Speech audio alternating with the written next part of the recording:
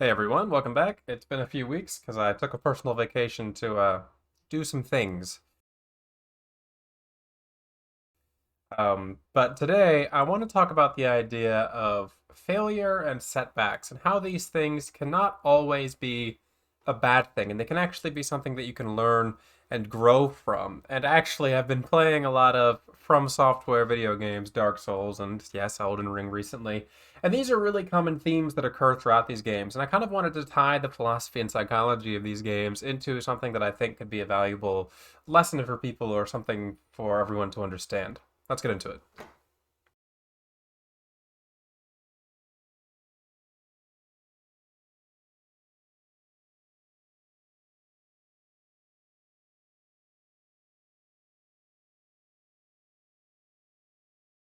One of the reasons I really like the games made by the From Software developer is that they all incorporate this common philosophy of it's okay to fail, it's okay to die in the games, as long as you continue to try. And these games expect you to fail, they expect you to lose, and they expect you to keep trying, or at least they hope you will keep trying. This can be seen in the world design of the first game, Dark Souls, the first Dark Souls game, in that there's this curse of undeath, and that when humans die, they become an undead. But being an undead is functionally the same as being a human, except for the fact that if you start to lose your willpower, determination, and purpose, you become a hollow, and a hollow is essentially a mindless zombie. But as long as you stay determined, focused, and motivated, then you're essentially still just a human. And in this game, you are an undead, and they expect you to kind of go into these boss rooms, they go into these areas and lose repeatedly, but they hope that you'll get up and try again. They hope that you'll keep learning from these mistakes.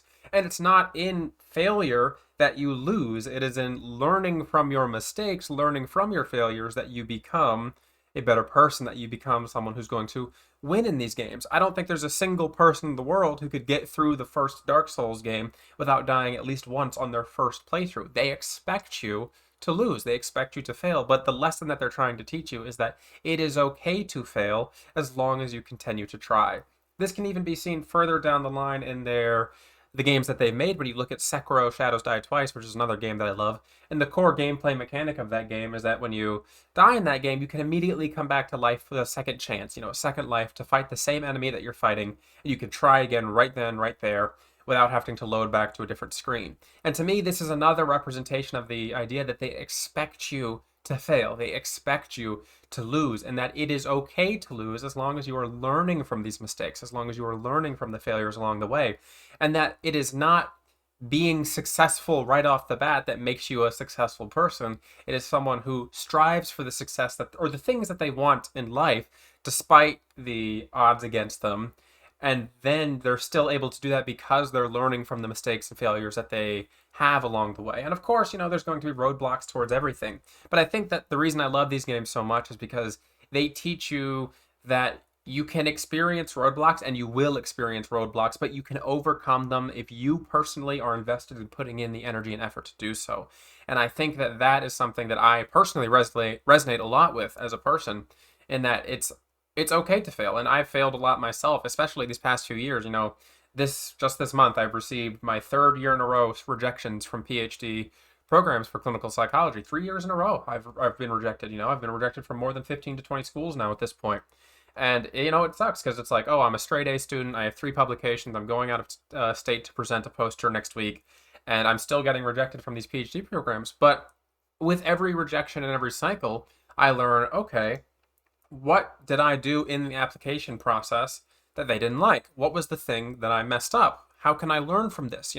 This year I reached out to people who work in admissions process, and I said, hey, can you review my material? I got matched up with a mentor that was going to be reviewing my content next month, and he's going to be doing the exact same thing and saying, hey, look, these are the things that may not be what they want to see on a PhD application, and they're going to help me refine these. And I think that that's really my core philosophy as a person as well, is that it is perfectly acceptable to fail. It is perfectly acceptable to come across a setback as long as you are willing to take up what you need to do, take up the energy that you need to take up and learn from those mistakes and apply that in a way that's going to help you achieve whatever it is that you want to achieve in life.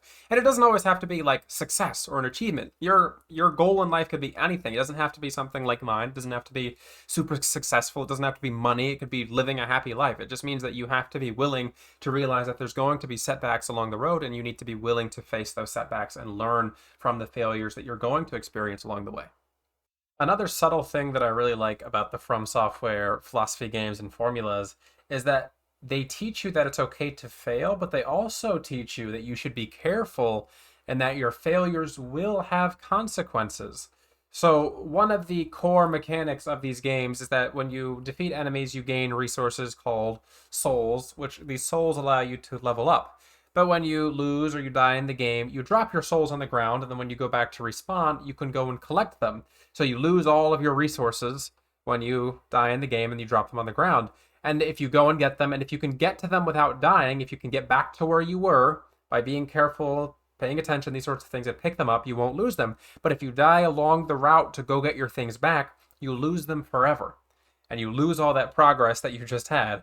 And that's part of the idea that they're trying to teach you that it is perfectly acceptable to fail, but just because you failed doesn't mean you should rush right back in head first without thinking and fail again. Because if you do so, there's going to be consequences. If you do so, you're going to lose a lot of the progress that you made trying to get where you were. And sometimes you need to be slow and methodical to get back to where you were and to achieve the success that you've already achieved. And if you do so, you'll have all the resources that you had when you died and the ones that you got getting back there again. So you've learned twice as much.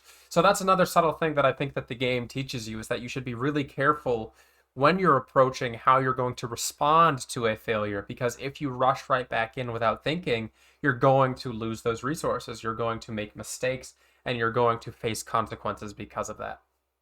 One of the things that I really want to stress is that it's perfectly acceptable to grieve a loss or a setback, or to be upset that you have experienced a loss or a setback at some point recently. But the real difference is then what do you do with that setback moving forward? If you're stuck on that setback 3 weeks after it happened and you're not making any progress from there, then it comes to the point of, okay, maybe something needs to be done. Maybe you've passed the time where it's going to be really reasonable to be grieving over this setback, and maybe you're going to be externalizing those failures to some other source instead of taking on that responsibility for yourself.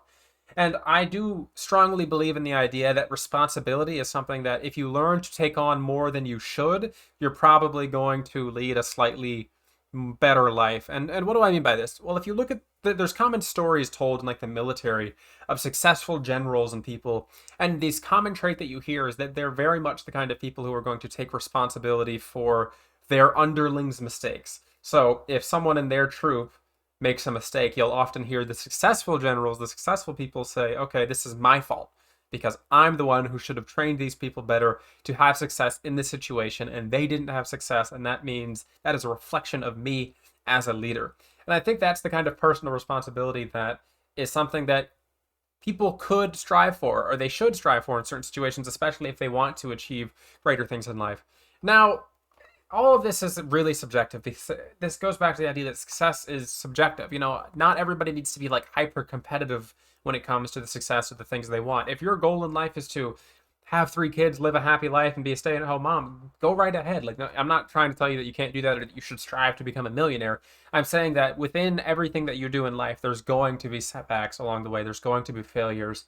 Even in parenting, how many times have I talked to a mom or even a father and they're upset because they're worried that they're not parenting right, or their child got in an argument with them, these sorts of things.